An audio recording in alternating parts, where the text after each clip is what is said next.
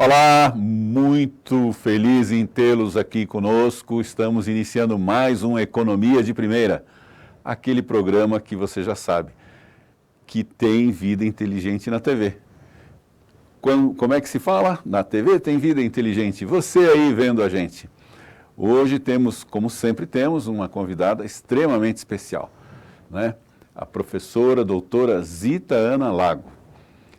Graduada em Filosofia, mestre em Educação e doutora em Educação pela Wisconsin International University. Atualmente é pesquisadora institucional, coordenadora pedagógica e consultora para a área de gestão e políticas educacionais.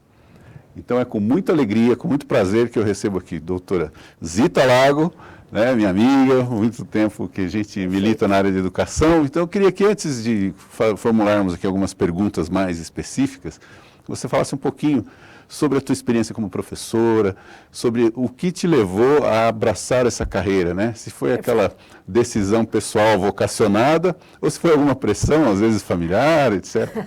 Perfeito, Daniel. Uma alegria grande estar com vocês, ter essa oportunidade de participar desse programa que você cultua e faz com tanto carinho, com tanta expertise e competência, né? E a nossa amizade também nos permite trocarmos algumas ideias que, de repente, nos aproximam, né? Você na sua área da economia, eu na área de educação, mas queiramos ou não, são áreas próximas, porque a economia não se faz sem educação e a educação não se faz sem a economia necessária, né? Então, o que eu gostaria de te dizer com relação à minha experiência? Eu milito na educação desde meus 14 anos, quando eu entrei a primeira vez em uma sala de aula e talvez sem a maturidade física, biológica e quiçá intelectiva, eu ousei dar aulas para um grupo de alunos no antigo 5º ano, né, que seria o antigo admissão ao curso primário, segunda etapa, que seria uma espécie assim de Enemzinho para ingressar, né? Isso era do tempo da admissão, então? Do tempo da admissão, do livro do ginasial, de admissão ao ginasial. Eu tive meu início da atividade educativa numa escola como essa e, surpreendentemente, eu tinha alunos mais velhos do que eu. Eu tinha 14 anos, estava concluindo o ensino médio, ou então segundo grau, né? E, enfim, iniciei a carreira a partir daí e quando eu fiz esse trabalho, eu pensei, eu acho que é por aqui que eu vou, né? Então, o meu sonho inicial era cumprir o curso de Direito e eu ainda vou fazer o curso de Direito. Com certeza. Eu já falei que assim que sair o Direito em EAD, eu vou cumprir esse curso, né? Então, mas enfim, eu optei pela filosofia como formação de base, mas sempre a filosofia olhando para a questão educacional, né?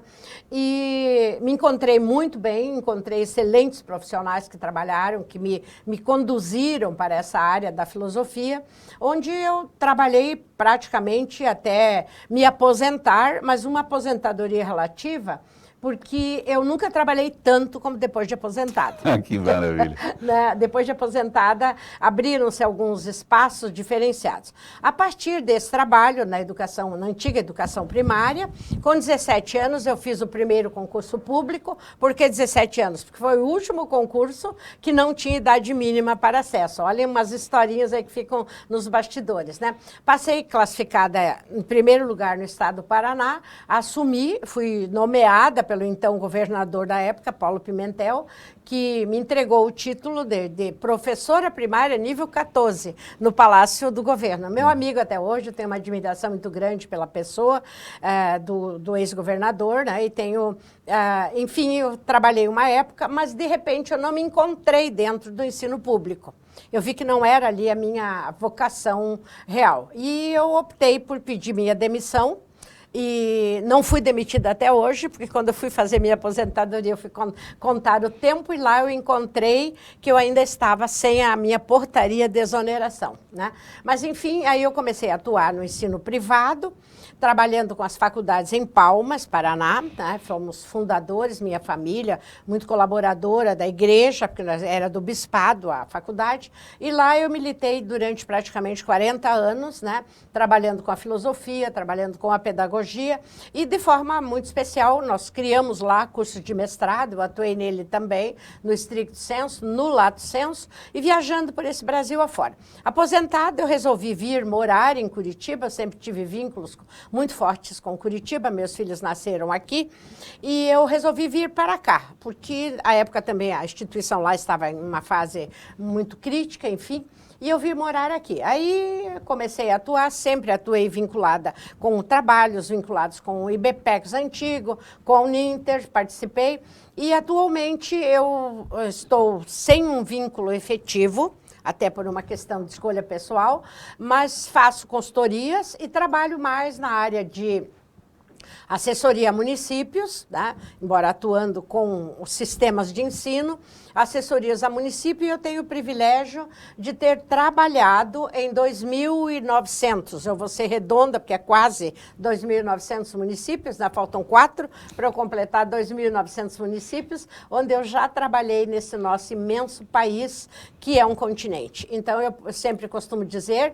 que eu tenho um pedacinho do Brasil na palma da minha mão e no meu currículo também, ter tido a oportunidade de ministrar palestras, fazer trabalhos com municípios, com escolas, né, em todos os estados do Brasil, em todas as capitais, e não que eu estive uma vez só, tem alguns que eu já fui muitas vezes, né, mas enfim, um pouquinho da minha história é essa, né, gosto do que faço, adoro o que faço, e eu sempre digo, eu ainda quero fazer um bom tempo essa atividade, se Deus me der saúde e condições mentais para continuar. Certamente, certamente. Então, professora, e nessas tuas andanças, nessas tuas viagens, você encontra muitos profissionais da educação pelo Brasil. Sim.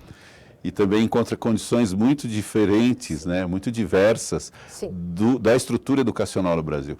Qual você entende assim, que poderia ser uma iniciativa que ajudasse a minimizar essas diferenças e tornar a qualidade da educação brasileira melhor? Sim. Uma vez que nós sabemos que, pelos indicadores internacionais, a nossa educação, principalmente a pública, ainda está bastante deficiente. Daniel, veja, eu tenho sido uma observadora, não só que eu vou e ministro o meu trabalho, mas eu observo muito.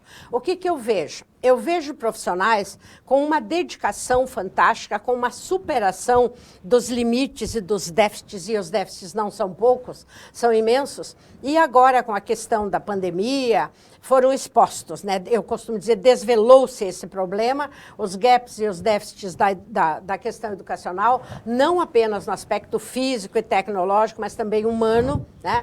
E quando eu trabalho com as políticas, e esse trabalho que eu desenvolvo, eu sempre coloco na linha de frente a questão da formação profissional, né? Se você não atuar fortemente no apoio a essa formação, né, destinando recursos, destinando estruturas, destinando condições para que a formação contínua do profissional que atua, seja na escola pública, seja na escola privada, nós dificilmente vamos conseguir vencer os desafios que o momento atual apresenta para a realidade educacional no Brasil. E temos pontos extremos, eu poderia dizer, pela observação que tenho, né, nós temos pontos extremos, nós temos ilhas de qualidade que talvez países que nos servem como modelo, né, cujas atividades são copiadas, né, nós temos linhas de ponto que superam essas condições, seja na escola pública e, de modo especial, na escola privada. Nós temos linhas de ponta em todos os níveis, seja na educação básica, seja na educação superior. Nós temos questões que são surpreendentes. Mas, por outro lado, nós temos o outro extremo. E esse outro extremo revela um país tremendamente desigual, uma educação tremendamente desigual, condições em que está na mão daquele professor humilde, com formação superior ou pós-graduada em lato sensu, mas sem as condições efetivas de dar continuidade a esse aprimoramento profissional, né? Mas mesmo assim fazem acontecer e isso revela que é possível transformar essa educação, sairmos desses patamares quantitativos ridículos, eu diria, para não dizer outra coisa, né? Vergonhosos até, em que o Brasil se encontra com índices de avaliação que são similares a países, ou seja, estamos no antepenúltimo lugar na classificação dos ranqueamentos macro do PISA, né? E, por outro lado, nós temos, como eu já te disse, escolas que nos apresentam resultados comparáveis a resultados que países como a Finlândia, como os países asiáticos atingem. Então, onde que está esse desequilíbrio? No meu entendimento, esse desequilíbrio encontra-se fortemente na questão do apoio que precisa ser dado ao professor. Por outro lado, nos municípios, o que a gente tem visto? Eu atuo muito com a educação municipal. O que a gente tem visto? Destinação de recursos. Tivemos agora essa discussão enorme do Fundeb, né? E, felizmente, foi entendido a importância de manter e aprimorar a destinação de recursos, né? Mas o que a gente percebe? Os municípios com uma dificuldade imensa de montarem seus projetos, então precisam de apoio, de sistemas de ensino, de consultorias, de pessoas que venham apoiar aqueles assessores, os seus secretários, etc. E aí reside mais uma vez esse ponto que eu coloquei. Se nós não tivermos um investimento maciço na questão formação do profissional, nós não vamos dar conta de superar os desafios que se apresentam nesse momento na educação brasileira e mundial, por que não dizer, né? Onde agora os requisitos de competências que são exigidas são muito mais complexas, não difíceis, mas complexas, porque vai inserir e exigir que nós estejamos inseridos no contexto tecnológico. E aí a gente vai ter mais uma vez presente o distanciamento entre a formação inicial e o mundo prático da escola, né? Então, se a gente observar, e eu sou uma profunda crítica desse aspecto, né? Embora atue no ensino superior também, né? A questão tecnológica não é abordada na formação, com raras exceções. Então, a necessidade que se passe a trabalhar a formação tecnológica desses profissionais que atuam na educação básica, lá na linha de ponta, né, para a educação infantil, para o ensino fundamental e também para o ensino médio, é preciso que se trabalhe muito bem a educação tecnológica. É por aí que eu vejo o caminho.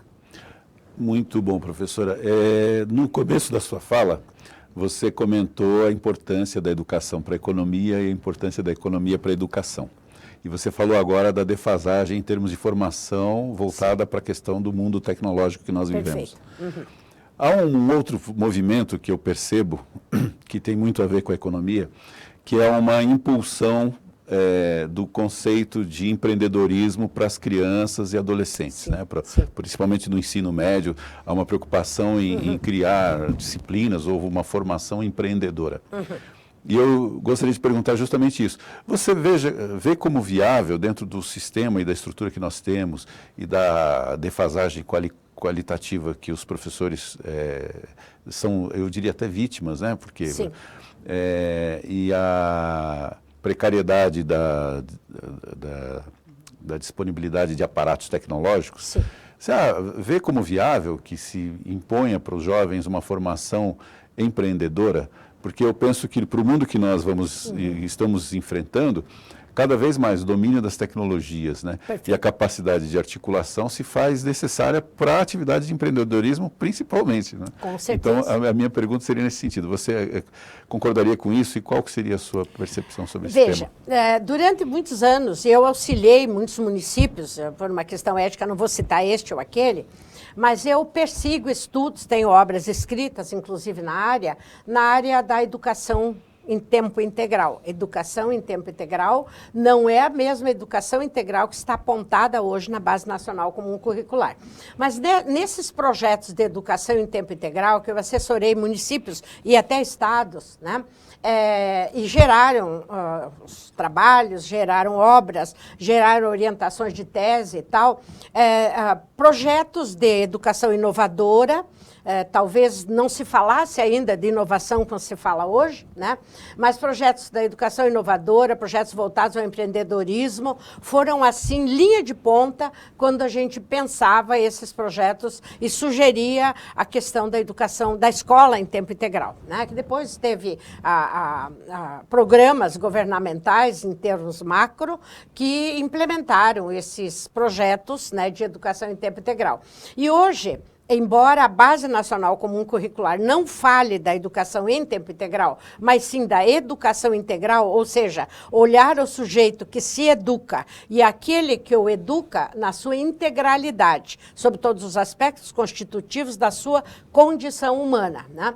E o que eu vejo? Eu vejo que é importante, e há críticas muito fortes por parte de alguns setores, né, com relação ao que a Base Nacional apresenta. Mas o que eu vejo? Eu vejo que a educação olhada sob o prisma da inovação, da tecnologia, que agora é extremamente necessária e indispensável. E é fundamental que nós pensemos essa educação empreendedora, porque se o jovem não tiver esse estímulo para entender que ele precisa formar-se sim, para quê? Para o mercado de trabalho, para um espaço que lhe dê condições de sobrevivência digna, para condições outras que a educação subsidia a ele, não apenas a sua formação pessoal, mas a sua formação no âmbito social, no âmbito emocional, no âmbito tecnológico, no âmbito financeiro também, né? E aí entra a questão do empreendedorismo. E eu vejo que é importante. Eu não diria que seja uma disciplina, mas eu diria que podem ser, e interessante, porque na Base Nacional Comum Curricular, que é hoje, digamos assim, a bíblia da educação, né? Todas as escolas, todos os níveis, sejam infantil, fundamental e médio, seguem hoje o catecismo da Base Nacional Comum Curricular. Tiveram que montar seus projetos pedagógicos, que de alguma forma agora sofreram solução de continuidade por conta do que passamos e estamos passando em 2020, mas os projetos devem seguir as dinâmicas que estão postas na Base Nacional. E lá não se fala dessa questão, mas quando se fala da educação integral do sujeito, eu pressuponho que esses aspectos façam parte, né? Porque como é que o menino vai poder dizer que ele vai desempenhar uma atividade, vai ter uma competência para tal? E interessante, porque nós temos 4 competências das 10 básicas que são fundamentais para o ensino fundamental e, de certa forma, para o ensino médio. Nós temos 4 delas que nos falam sobre a premissa da tecnologia, né? E nós tivemos a Base Nacional aprovada em 2017 e depois 2018 para o ensino médio, né? Final de 2018, 2019, já teríamos que estar trabalhando a formação docente para essas competências, né? Mas, infelizmente, com essas dificuldades que ocorreram, e agora com 2019, esses processos foram assustados e a gente aguarda para 2021 ver o que nós vamos ter pela frente. Então, quando eu percebo essa profundidade do que se fala em termos das competências, eu penso que a educação para a inovação estaria profundamente ligada às questões tecnológicas necessárias, fundamentais e que exigem realmente que se olhe esse cuidado. E fazer uma educação financeira voltada para essa produtividade, para essa formação para o mundo competitivo que o menino e o jovem precisam apresentar, sobremaneira vai necessitar que se fale dessa educação para o empreendedorismo. Muito bom. Professora, nós vamos agora fazer um rápido intervalinho, né? Lembrando sempre aos nossos espectadores que na TV existe vida inteligente, que é você aí vendo a gente. E voltamos em instantes.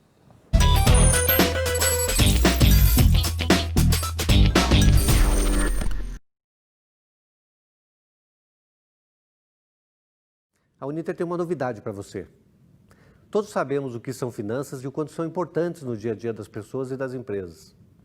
Mas o que dizer das novas fintechs, crowdfunding, entre outros termos e conceitos que surgiram recentemente na nova economia, agora mais digital do que nunca? Inteligência artificial, Big Data, e-business e e-commerce, internet das coisas, compliance, entre muitas outras especialidades, é o que oferecemos no nosso novo curso de blockchain, criptomoedas e finanças na era digital. A novidade ainda é que dividimos os cursos em 2 perfis de formação. O de gestor financeiro digital, profissional que administra as finanças de toda e qualquer empresa por meio da tecnologia, propondo mudanças e dinamismo no mercado de pagamentos, financiamentos, faturamento e investimento por meios digitais e com toda a tecnologia disponível. Em segundo, o analista de fintech, profissional de um novo mercado financeiro digital, que contrasta com formas e controles financeiros tradicionais, preparado para as diversas inovações que surgem, um perfil em tecnologia e preparado para criar novas formas de fomento, investimento, custódia e pagamentos para o mercado, de forma ágil e descentralizada, com segurança e agilidade. Seja você também um gestor financeiro digital. Vem para a Uninter, vem para o futuro. Mais 2, meu chapa! Opa, é pra já. Mais um sem queijo aí, meu chapa. Ah, beleza. E aí, tá pronto? Tá pronto. Valeu, meu chapa. Valeu.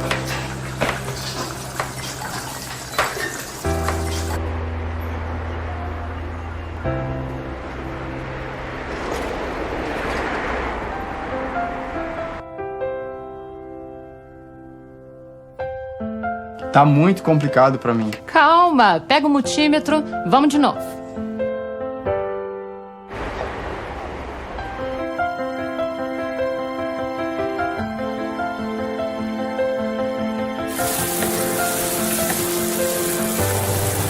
Pessoal, olha quem tá aqui.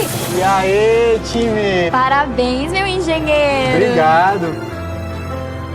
Graduação e pós-graduação à distância Uninter, ao seu lado para transformar a sua história.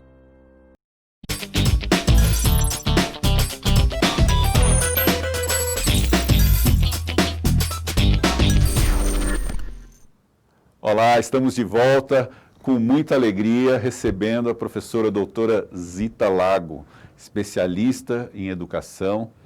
E nesse bloco nós vamos iniciar com uma interação com o nosso público. Recebemos algumas perguntas e eu vou passar já a primeira pergunta, professora.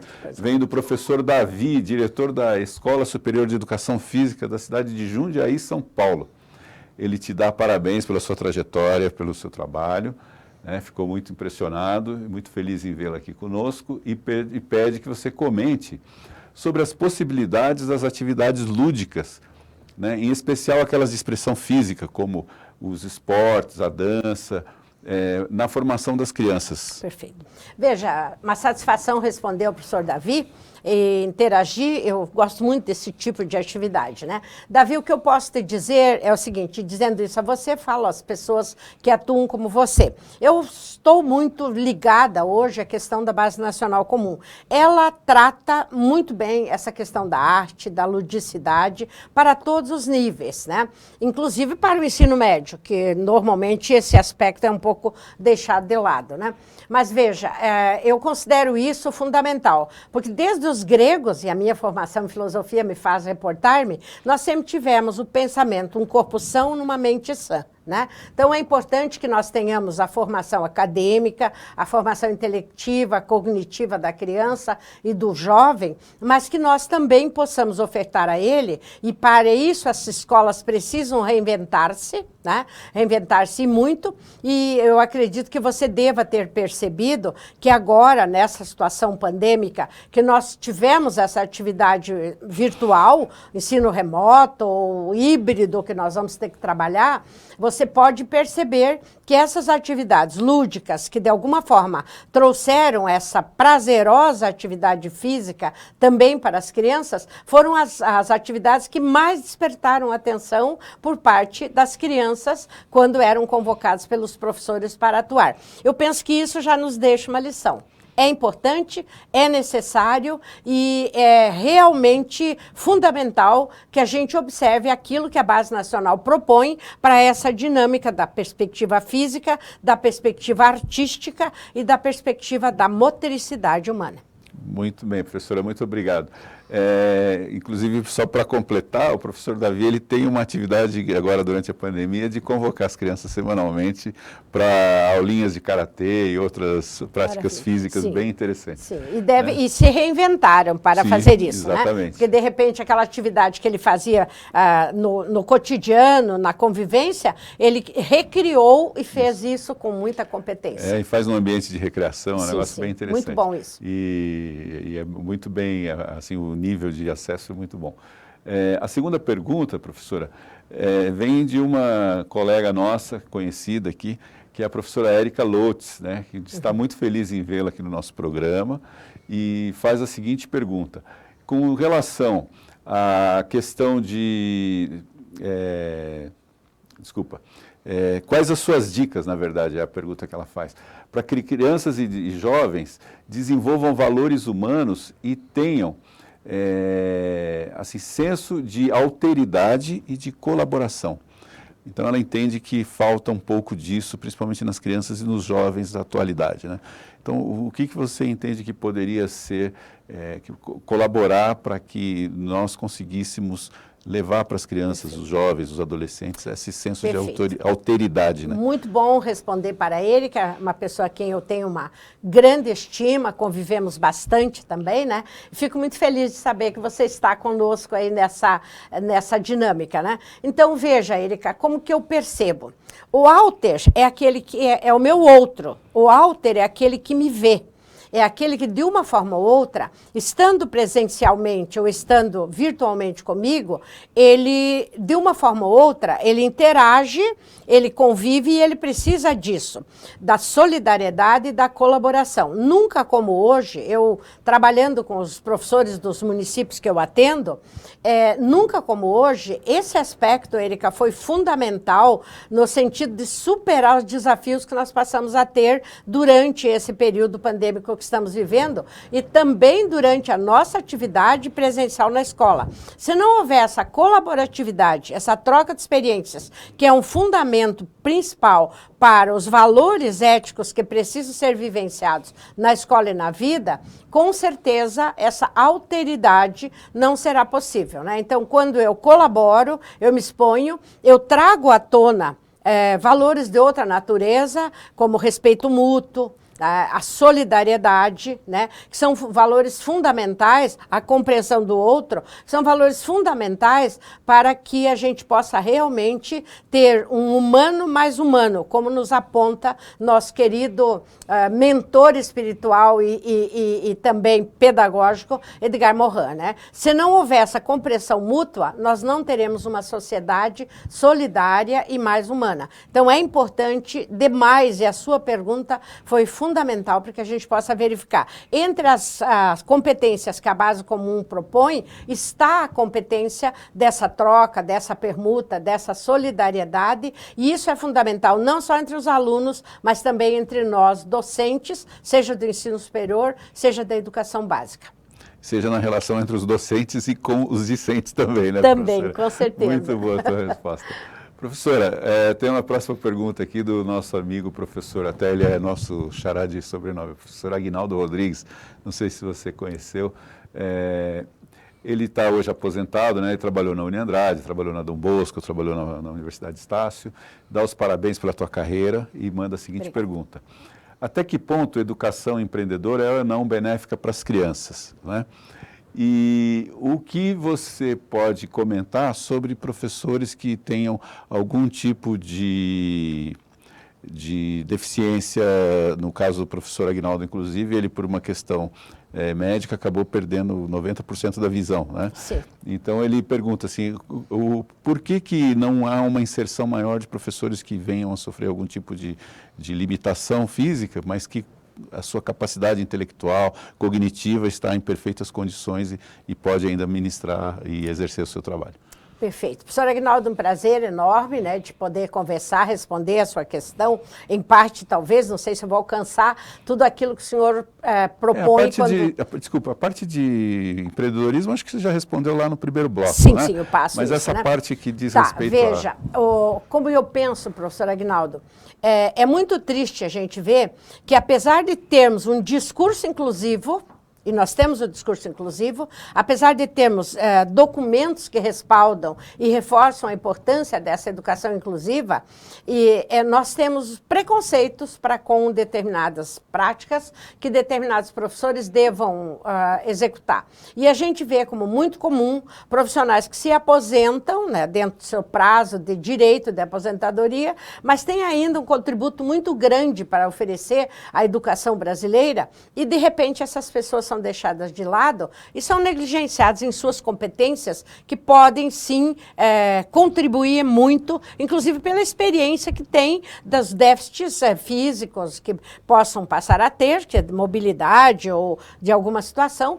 Eu mesma, hoje, com meus 72 para 73, eu tenho uma deficiência auditiva razoável. Sou resistente a usar o aparelho auditivo. É uma briga com a família constantemente, né? Mas, assim, a gente percebe o quanto isso, de certa forma, nos limita, em parte, com atividades que desenvolveríamos antes com muita naturalidade. Até uma caminhada, para você ter uma dificuldade maior de ouvir os sons que te circundam. Mas o que me deixa muito triste é que nós temos um discurso inclusivo, mas nós não temos essa prática inclusiva de modo muito especial, e o senhor aponta muito bem isto, né? Nós não temos essa prática inclusiva com relação aos professores, que de uma ou outra forma são limitados em algumas das suas condições físicas, né? Então é importante também que se trabalhe isso, por que não? Né? Precisar incluir isto na inclusão que se propõe. Muito obrigado. Professora, tem mais uma perguntinha de mais lá. Uma jovem professora, a professora Alana Peters, né, se diz inspirada pelo teu exemplo, né, tanto como professora quanto, por exemplo, para as mulheres, para as meninas, né, e pede que você explique a importância da participação política de professores, especialmente as mulheres professoras. Como eu sei que você gosta muito de política, acho que essa pergunta veio sob medida, né? Então, veja, é a Alana, né? Alana isso. Peters. Então, Alana, veja, eu milito na questão do espaço da mulher desde o meu início da atividade de vida política, né? Então, eu acho que desde a minha adolescência, eu sempre fui uma profunda defensora do espaço da mulher, né? Dentro das condições reais, do respeito, inclusive às instituições, a forma de agir, né? O que eu diria para você? Se nós temos hoje, e são pesquisas da ONU, que nos apontam que nós temos 450 milhões de meninas fora da escola, ou que tenham apenas frequentado até o 4º ano primário, isso revela que o espaço da mulher ainda está muito aquém de ser preenchido como deve ser, né? E que a mulher ocupe realmente o seu espaço, com a dignidade, o respeito, aquilo que lhe é inerente pela sua condição de ser a geradora de vida. Né? E outra questão que me preocupa muito, nós temos ainda uma sociedade extremamente preconceituosa para com o espaço da mulher, inclusive na política. Por que nós precisamos ter cota para a mulher, se nós temos um artigo 5º da Constituição que diz que nós somos todos iguais perante a lei? Né? Mas tudo bem, se não há outra forma de fazer a inserção real da mulher na vida política, que seja pela cota, mas que nós avancemos nisso. Essa é uma discussão que merece avançarmos muito com relação a isso. E nós precisamos conquistar esse nosso espaço, né? Pela competência. Vejo o grande número de professoras, mulheres, seja na educação básica e hoje na educação superior, embora o número de homens lecionando na educação superior ainda é maior do que o número de mulheres, mas se você perceber para o avanço no lato sensu e no stricto sensu, o número de mulheres é muito maior hoje. Muito maior. Né? É muito maior. Então, isso revela que a mulher está ocupando esse espaço, mas ela ainda precisa de uma organização maior, de formas de representatividade maior. Não vou dizer que só a lei vai resolver, mas eu penso que na vida prática nós precisamos ocupar o nosso espaço. Né? Isso eu venho dizendo às minhas netas, isso eu digo à minha filha, e felizmente eu fui bem sucedida nesse aspecto. Né? Digo às minhas alunas, sempre quando eu me apresento aos meus alunos, eu digo a elas, né? Não é pelo fato de ser mulher ou deixar de não ser mulher aqui, que eu vou deixar de ocupar o espaço que me é dado. Né? Claro. E a gente vai ocupar esse espaço com garra, com competência, com respeito, né? Com práticas que efetivamente revelem quem somos, e é assim que a gente vai conseguir fazer as coisas acontecerem. Muito bem. Temos ainda mais uma pergunta para concluir o nosso tempo de interação aqui. Pois não. Essa vem do professor Frederico. Ele é inspetor licenciado da Guarda Municipal, né? E também te felicita pela carreira e pergunta o seguinte: de que maneira as corporações policiais podem colaborar para diminuir as ocorrências e episódios de violência em escolas, principalmente no 2º grau, onde tem havido recorrentes casos de agressão e intimidação e ameaças a professores. Então, ele fala especificamente da violência dentro de sala de aula, né? Além da violência no entorno, que a gente sabe que existe também aquela via específica. Nós vivemos uma sociedade violenta. Infelizmente. Né? Nós não vivemos uma sociedade onde harmonicamente as coisas aconteçam. Nós vivemos uma sociedade onde a violência impera. Basta você ver as mídias oficiais também dando um reforço muito grande a essa condição, constantemente citando fatos, né? E a escola reflete a sociedade. E a escola reflete uma sociedade violenta. E uma sociedade violenta impacta uma escola que se organiza dentro dessa realidade, né? Então, uma educação para a paz, e nós temos hoje programas muito interessantes que levam a essa discussão, né? Penso que seja importante não só a repressão, mas a educação desde a base, desde a educação infantil, e aqui entra um papel muito forte da família, porque não dá para você falar da educação formal ou informal se você não trouxer a família para o processo. E na família, nós vimos agora, durante esse processo de reclusão social que a gente está vivendo, a gente vê a quantidade do aumento dos índices da violência dentro das famílias, e de modo especial contra a mulher e contra meninas. São dados que não cabe aqui eu colocar percentuais, mas que merecem ser observados pelas autoridades. E esse reflexo vai se dar, e se dá dentro da escola, né? E às vezes a escola trabalha no nível da repressão, né? Eu tenho um filme lá dos velhos tempos que eu costumo recomendar aos meus alunos que procurem assistir. E eu vou tomar a liberdade de recomendar. É um filme chamado Ensina-me a Crescer. É um filme dos velhos tempos, ainda é em preto e branco, mas ele nos dá algumas lições muito importantes sobre o papel da escola e o papel da família, e também das devidas instituições sociais e educativas que nos mostram como a gente precisa agir. Talvez a escola tenha que se reaprender com relação a essa questão da violência e do desrespeito para com o professor. Professora, adorei sua participação aqui, as suas respostas ao nosso público. Agradeço àqueles que participaram. Vou pegar carona na indicação do filme, vou fazer uma indicação também. Pois não. Um filme lindo chamado Como Estrelas na Terra, um filme indiano. Você conhece o filme? Então eu sugiro aqui para o nosso público também, que tem tudo a ver com a área de educação. Muitos filmes bons aí muitos que nos filmes bons, ilustram, exatamente. né? Mas então, acho que esses dois aqui que a professora indicou e esse que eu estou sugerindo já ajuda. Já vai melhorar bastante o nosso repertório sobre temas da educação. Vamos fazer mais um intervalinho, né? O programa está maravilhoso, o tempo corre demais. E lembrando sempre, na TV existe vida inteligente, que é você aí vendo a gente. Só um instantinho, já voltamos.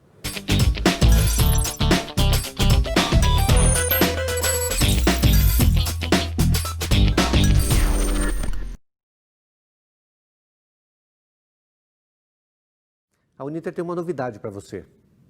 Todos sabemos o que são finanças e o quanto são importantes no dia a dia das pessoas e das empresas.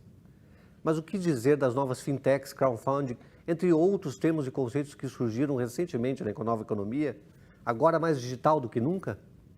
Inteligência artificial, Big Data, e-business e e-commerce, internet das coisas, compliance, entre muitas outras especialidades, é o que oferecemos no nosso novo curso de blockchain, criptomoedas e finanças na era digital.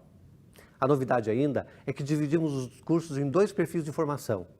O de gestor financeiro digital, profissional que administra as finanças de toda e qualquer empresa por meio da tecnologia, propondo mudanças e dinamismo no mercado de pagamentos, financiamentos, faturamento e investimento por meios digitais e com toda a tecnologia disponível.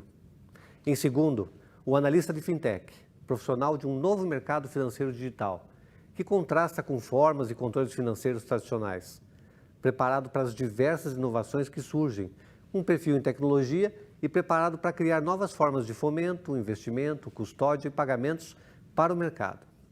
De forma ágil e descentralizada, com segurança e agilidade. Seja você também um gestor financeiro digital, Vem para a Uninter, vem para o futuro. Mais 2, meu chapa. Opa, é pra já. Mais um sem queijo aí, meu chapa. Ah, beleza. E aí, tá pronto? Tá pronto. Valeu, meu chapa. Valeu.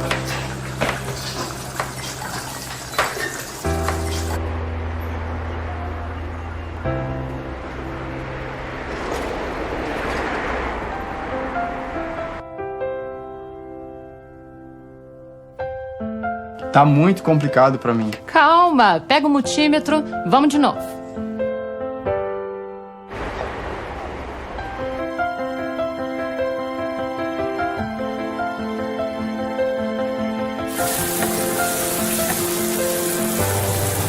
Pessoal, olha quem tá aqui. E aí, time? Parabéns, meu engenheiro. Obrigado. Graduação e pós-graduação à distância Uninter, ao seu lado para transformar a sua história.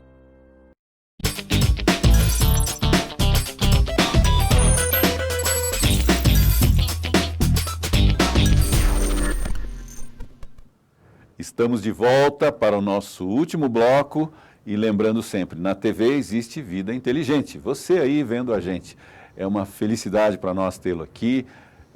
E principalmente recebermos hoje uma figura ilustre como a professora doutora Zita Lago, né? Um grande prazer.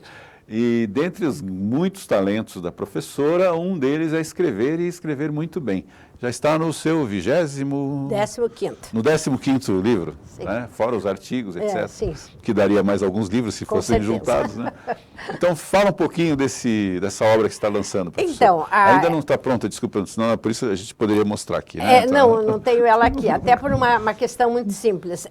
Foi um material que eu produzi para um curso, né, coincidentemente da Uninter, né, e para um curso de pós-graduação, e esse material foi transformado em um livro, e ele trata de ética e transparência na educação, na gestão pública, desculpe, né? É o segundo livro que eu escrevo nessa área, e ele foi muito bem recebido pelos alunos, e a editora optou para transformá-lo em livro. Então, eu não tenho ainda ele em mãos ainda, mas fiquei muito feliz com a ideia, porque dentro dessa obra, eu trato da formação do profissional que, de uma forma, atua na administração pública e que ele precisa, acima de qualquer forma, ter esse princípio ético muito fortemente presente para que ele possa cumprir todos os requisitos que são fundamentais para a estrutura cotidiana da vida prática dentro da gestão pública. Então, olhando para o gestor,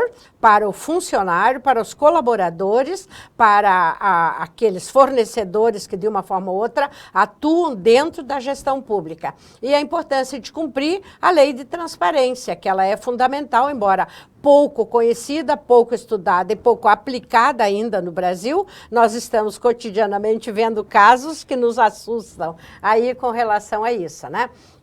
Não cabe aqui entrarmos em detalhes, mas a obra me satisfez muito em termos da receptividade que ela teve, a ponto de um material produzido para um curso ser transformado, com as adaptações necessárias, num livro que vai estar ao alcance do público como tal, né? Então, a ética e a transparência na gestão pública, penso que seja um tema extremamente necessário e atual para que a gente possa pensar, até porque estamos em tempo de renovação nas gestões públicas municipais e muitos dos futuros gestores, né, tanto no aspecto das câmaras legislativas, que vão trabalhar a gestão da produção, do controle, da avaliação dos serviços públicos, de modo especial das prefeituras, e verificar também muitos prefeitos que vão assumir e que vão precisar ter saberes e conhecimentos mais ampliados nessa área. Eu espero que tenham acesso a esse material,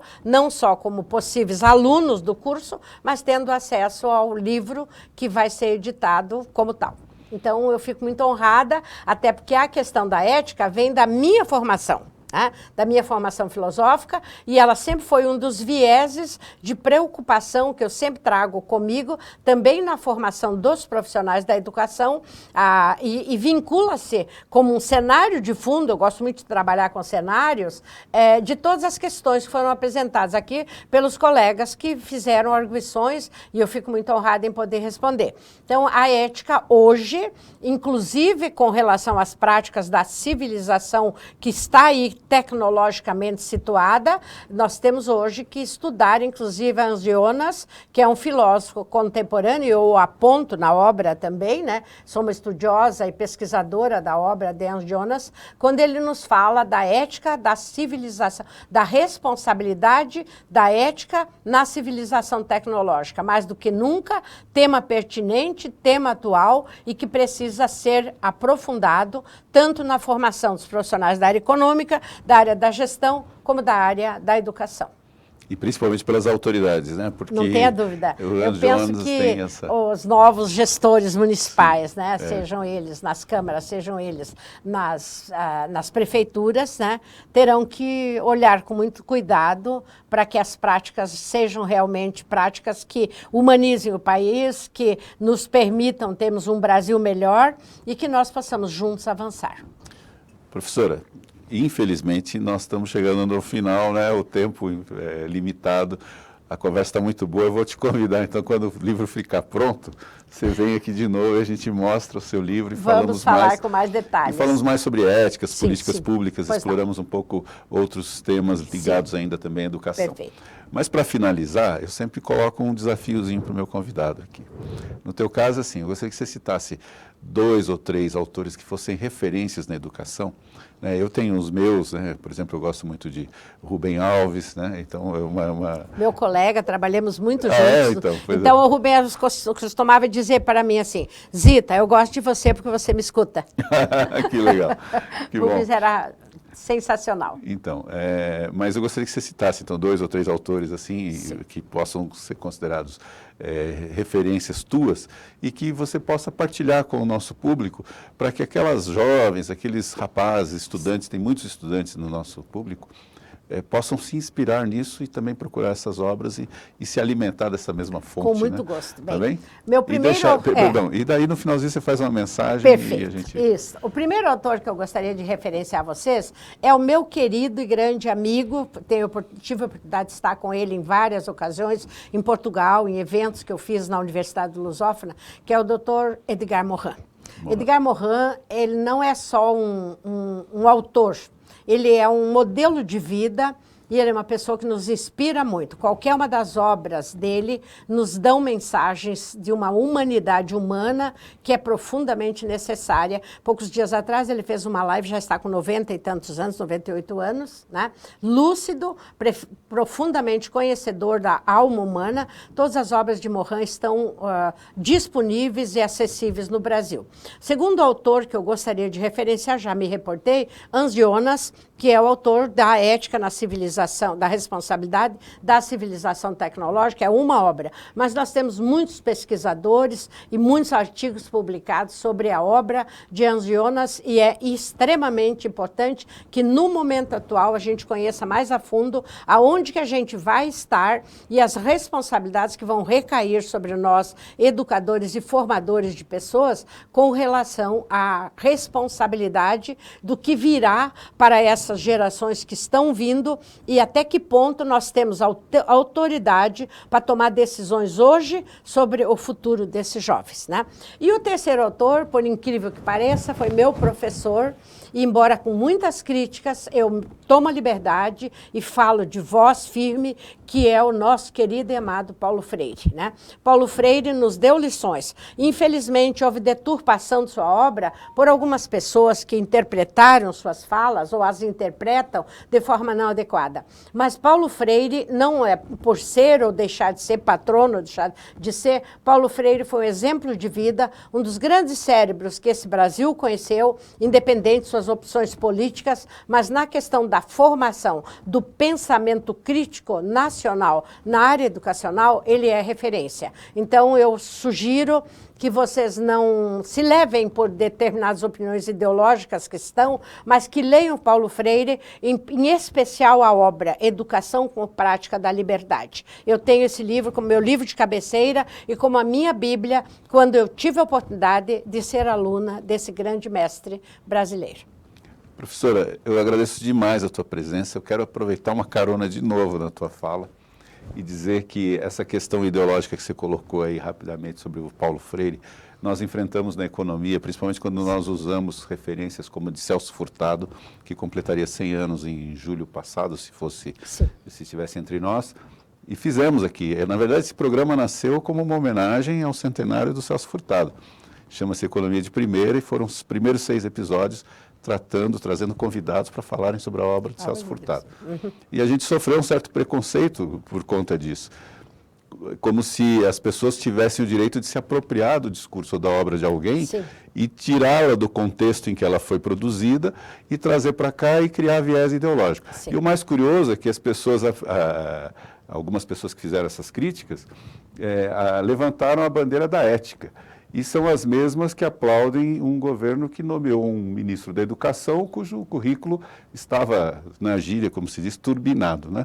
Que é alguma coisa que, na minha opinião, principalmente para a área da educação, além de ser antiético, torna-se um exemplo horrível para os nossos jovens e para as nossas crianças. Então, aproveitando a carona na tua fala, eu queria só deixar essa mensagem para o nosso público, dizer que na TV existe vida inteligente, e a professora Zita aqui ensinando para a gente, você aí nos assistindo.